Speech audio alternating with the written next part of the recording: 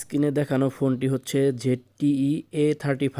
যাদের entry level বাজেটে একটি স্মার্টফোন দরকার, দোকানের বিকাশ, দৈনন্দিন ইউজ কল এবং যারা প্রথম অ্যান্ড্রয়েড ইউজ করবেন তাদের জন্য একটি সুন্দর ফোন। 3টি কালার অ্যাভেলেবেল আছে।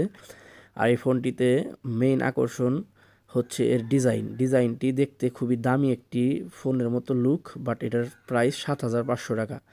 আর এটার আর একটা মেইন পয়েন্ট হচ্ছে এটা ডিসপ্লে 6.65 ইঞ্চি একটি HD প্লাস ডিসপ্লে রয়েছে। ডিসপ্লেটি খুবই সুন্দর, এক কথায় এই বাজেটের মধ্যে সেরা একটি ডিসপ্লে।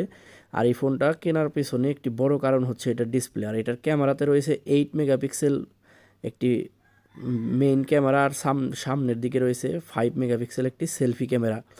আর এই ফোনটিতে রয়েছে 4 GB র্যাম, 64 GB স্টোরেজ। আর এটার প্রসেসর রয়েছে ইউনিসিক্স SC9863A1 প্রসেসর। আর 5000 এমপিআর ব্যাটারি রয়েছে, সাথে রয়েছে একটি 5 ওয়াটের চার্জার।